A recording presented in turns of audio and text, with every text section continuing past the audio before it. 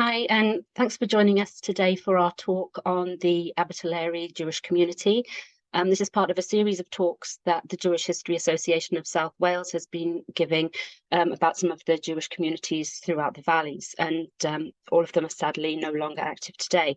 So my name is Laura Henley Harrison, and I am a project officer for the Jewish History Association. And so today I'd like to talk to you a little bit more about Abertillery. So the Abertillery Jewish community is a little mysterious. There's little in the primary sources which gives specific dates for both the beginning or end of the community. Surprisingly, it has also been difficult to confirm whether or not the Jewish community managed to construct their own purpose-built synagogue in 1910. If I could use three words to summarize the Abertillery Jewish community, it would be small, generous, and musical. Today, I would like to share some of our oral histories, which talk very briefly about Abertillery, and also look at why it has been so difficult to uncover the truth about the Mystery Synagogue. According to Welsh Jewish historian Kai Parry-Jones in his book The Jews of Wales, the Abertillery community became established in around 1904. Information on Jewish Gen is equally as vague, citing the beginning of the community as before 1909. Another book on the Jews of South Wales doesn't even give them a mention. Part of our ongoing work is to uncover as much as we can about these vanished communities to fill in the gaps. The first mention in the Jewish Chronicle of a Jewish person in Abertillery was in March 1882. His name was George Hollander, but it is likely that he moved away from Abertillery quite quickly, as he does not appear on any census documents. However, one of our interviews with David Jacobs confirms that members of his family settled in Abertillery 11 years earlier in 1871. They had arrived from Poland, and this clip gives some interesting insight into the challenges faced by new immigrants unable to speak the language, and which gave rise to the McJacobs family of Abertillery.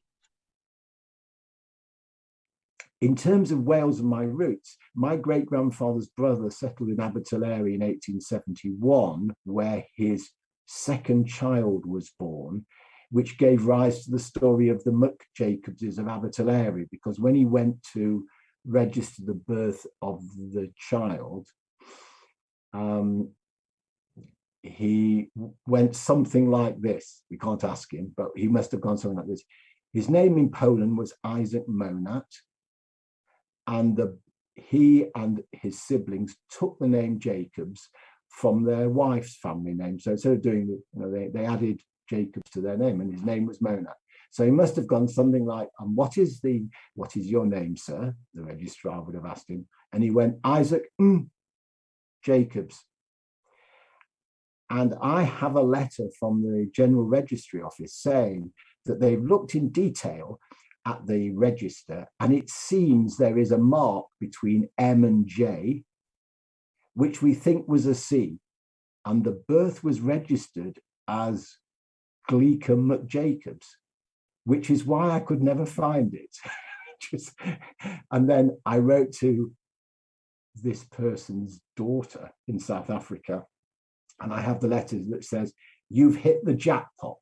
Because I found out at last who and where she was born. So I learned a lot through that. Jacobs. So they lived in Abertillery just for a short time. His first wife, the mother of this child, died and is buried in the Newport Cemetery, as are large numbers of my extended family. My grandpa's sister married somebody called Jacobs, a bit confusing, who lived in Newport, very prominent members of the Newport community, Cecil and Judith. She was a chain smoker, I remember. I don't think I knowingly met her husband, who died some years. So in 1975, I did a sort of scoot round South Wales on buses. I didn't have a car in those days. Couldn't afford a car, I don't think. Stayed with Auntie Judith, who was a bridge player as well. I had to be out of the house when she was playing bridge. So, and unfortunately, and I don't know why I didn't interview her. Bit of a mistake, but too late now. And I attended her funeral. I may have even conducted her funeral, and certainly her stone setting at the request of the family, which I duly did. So would this have been at Newport Synagogue? Newport Cemetery, yes. Yeah, Newport Cemetery, all buried there. But they'd lived, other members of the family lived in Cumbran, and in Newport, and in Abertillery. The migration of Jewish people to Abertillery was largely due to the industrial boom and the expansion of the South Wales coal industry. The increase in workers to the mines led to an influx in those who played a supporting role within these communities, those who ran businesses providing food, clothing and household goods, which were usually the roles filled by Jewish immigrants arriving in the area from the mid-1800s onwards. It was often the case that these individuals arrived speaking no English or Welsh and with no financial safety net. Many started out as packmen, wandering through the valley towns with full packs on their backs, selling goods door to door. So you say from your work that mining was not a huge career choice then for Jews? I think that's probably right, yes. I think Jews went into things like pawnbroking, as my great-great-uncle, my great-grandfather's brother, Isaac Monat Jacobs, Isaac McJacobs, he was a pawnbroker in Abertillery. So they were more into serving the community? Yeah, shopkeepers, small shopkeepers. Well, as they were in Eastern Europe. It was extremely rare for Jewish settlers to work in the coal mines, but one of our oral history interviewees mentions his uncles who were miners. You mentioned earlier that your mother's family had a connection with the coal mines. No, my father's family. Your father's family, sorry. Yeah. I think my Uncle Sam and Uncle Jack went down the mine when they were younger. Is it unusual to have a Jewish coal miner? Not really. Okay. No, I think a few of them went down the mines in those days. Where would that have been, do you know? Up in Six Bells, Abertillery, or, Blaina, Blenavon, places like that. Yeah. They would have gone down. Down underground. Yeah, I don't think there were huge numbers, because there weren't huge numbers of Jews, but some of them did go down the mines. A lot of them were running shops that were servicing the miners. Yes. If business was stable, many were then able to open market stalls or small permanent shops in the town. Others would establish businesses in trades they had learned before their arrival, such as jewellers, tailors and glaziers. A recurring theme when speaking to the descendants of these early immigrants is the focus on education for the next generation. It was extremely rare for the children to continue in their father's line of work once the family had become more financially stable. We uncovered an interesting family story which was played out in the local press in the early 1900s. It shows how difficult life was for early Jewish immigrants, but that it was also very possible to become part of the wider Welsh community. Joseph Folkman arrived in Abertillery in 1900 as an immigrant from Russia. He established a business as a furniture dealer in the arcade, but had run into trouble by April 1904, with much of it sounding like trouble of his own making. He appeared in court due to owing an incredible £684, 0 shillings and 2 pence, and his assets only amounted to £16. Joseph explained that his failure was due to a fire and bad debts, including doing a little betting on a wrestling match in London, where he bet between £30 and £40 on the Russian fighter instead of the Turk, which obviously did not go his way. He hoped to make a little money to pay his creditors, but ended up in more debt. In January of 1905, he appeared in court and pled guilty to several offences under the bankruptcy laws in Abertillery. His legal representative asked for leniency because he was an immigrant and had only been in the country for 5 years, and he was not acquainted with our laws. It appears that Joseph had come to Wales from Russia via South Africa and had invested a large sum of money in a business in West Monmouth. He was sentenced to 4 calendar months in prison. However, throughout these times of trouble for Joseph, his son Lionel was studying the violin under a tutor in Cardiff. Just 2 years after his father's imprisonment, Lionel was 14 years old and already accomplished enough to win the junior violin solo at the National Eisteddfod in August 1907. This would have been a real immersion into Welsh culture for young Lionel, surrounded by Welsh poets, musicians and archdruids. Lionel continued his career in music and went from strength to strength. He was principal of the Newport College of Music at the time of his marriage in 1915, and he went on to become a well-known performer on stage and radio with his Apache band. He was musical director of the Capitol Cinema, and his was the first cinema orchestra to broadcast on the radio in Cardiff in 1923. He had studied music at the Royal College of Music, which must have seemed a long way from leading a music hall orchestra in Abertillery when he was just 12 years old. His portrait is now held by the Royal College of Music in London. This is quite a success story for a boy of immigrant parents whose father was convicted of bankruptcy fraud. The Abertillery community appears to have had a lot of musicians among the congregation, and they even had their own choir. So going back to the 1880s, the number of Jews in Abertillery would have been too small to be called an official community. As with all of these small valleys towns, it took time for the number of Jewish settlers to grow large enough to support their own synagogue. In order to establish an official community, there needed to be a group of 10 men aged 13 or over who could form what is called a minyan. Jewish law dictates that there are a number of holy prayers which can only be recited if a minyan is present, which meant that large amounts of ritual worship was not possible for these early settlers unless they travelled to larger communities nearby. By 1901, the community had grown enough to sustain their own shochet for the production of kosher meat. His name was Mr. Cohen. Small communities often found it difficult to afford specialist separate practitioners for each religious requirement, and they would often employ people who could cover more than one skill. In July 1908, the Abertillery congregation employed Reverend Domnitz as teacher, shochet, and reader, but just over 1 year later, he was replaced in September 1909 by Reverend Snadow. However, he also did not stay for long, and the community was advertising for another reverend by May the next year. Reverend Snadow relocated to the larger congregation at Newport, where he stayed for over 50 years. Here Ronald Black recalls Reverend Snadow in his oral history with us. What kind of man was Reverend Snadow? He was what kind of man was he? A lovely chap, very nice. A very down-to-earth gentleman.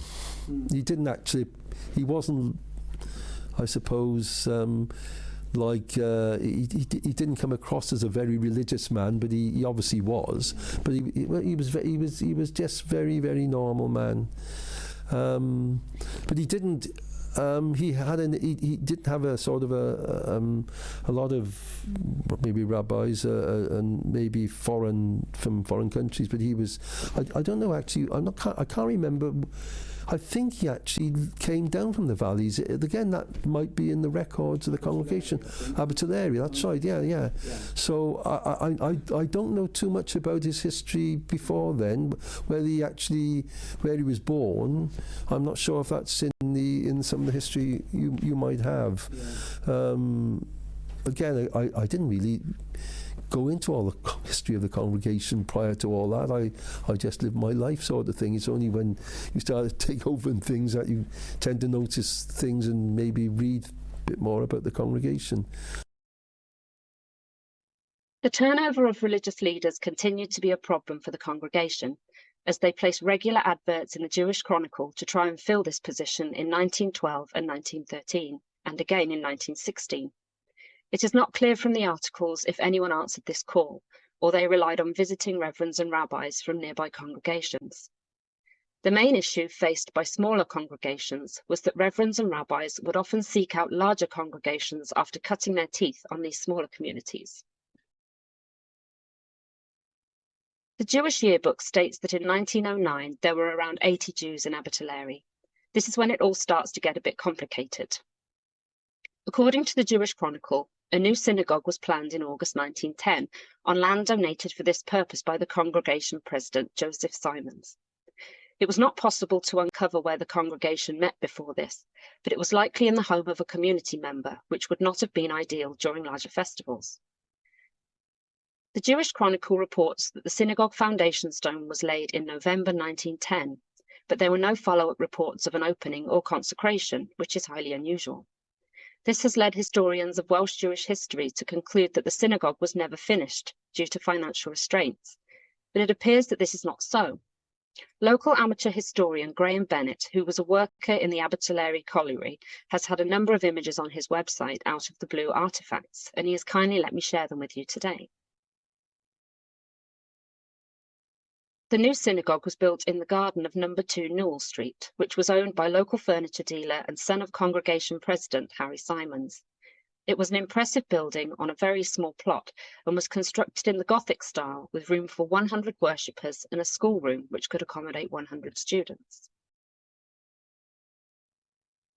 Even though the community did manage to construct their own synagogue, they were never able to establish their own burial ground, instead having to use the closest Jewish burial grounds, likely in Merthyr Tydfil, followed by the closer Bryn Mawr Jewish cemetery, which opened in June of 1920. In these small communities, the synagogue was not just a place of worship, but a hub of Jewish cultural life. This could be seen by the establishment of several clubs, such as the Abertillery Zionist Society, the Abertillery Literary and Debating Society, and the establishment of the Order Achai Brith, which was a friendly society who provided insurance against complete loss of income and as a means of social life for Jewish refugees who had fled to Britain due to the persecutions. Because they were so instrumental in the religious life of the Abertillery community, I would like to tell you a little more about the Simons family. Joseph Simons was the first to settle in Abertillery. He was born in 1864 and emigrated from Austria to Wales at the age of 15, where he first settled in Bryn Mawr before moving to Abertillery.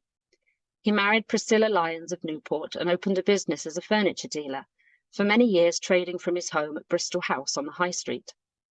He became a naturalised subject in 1899.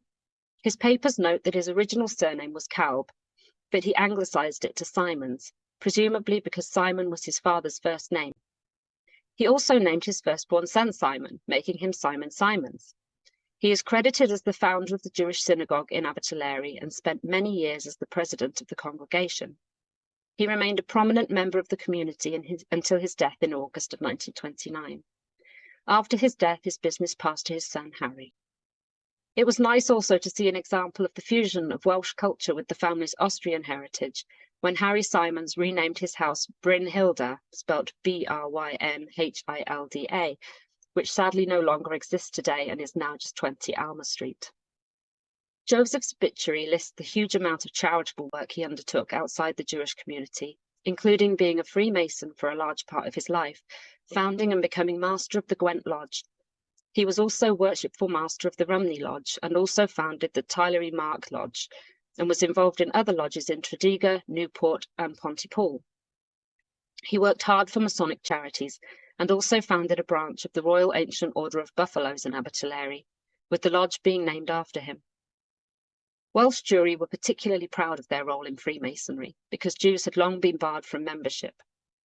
Joseph's son Simon also became worshipful master of the Gwent Lodge his father founded in 1926. Simon also fought in the First World War. He had trained as a doctor and joined up with the Royal Army Medical Corps. According to the website We Were There Too, which documents the history of Jewish soldiers during the First World War, Simon was actually supposed to be called Simeon, but the 14-year-old maid who went to register him couldn't spell it, so he became Simon.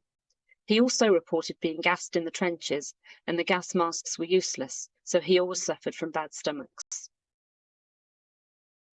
It was not just the sons who were involved in charitable causes in Abertillery. Their sister Hetty was also a prominent figure, being known as the fairy godmother of Abertillery, because she worked for many non-Jewish organisations, including the Red Cross, fundraising for medical research, and she also established a public hall for local pensioners. Another sister, Millie, was also a prominent worker for local charities.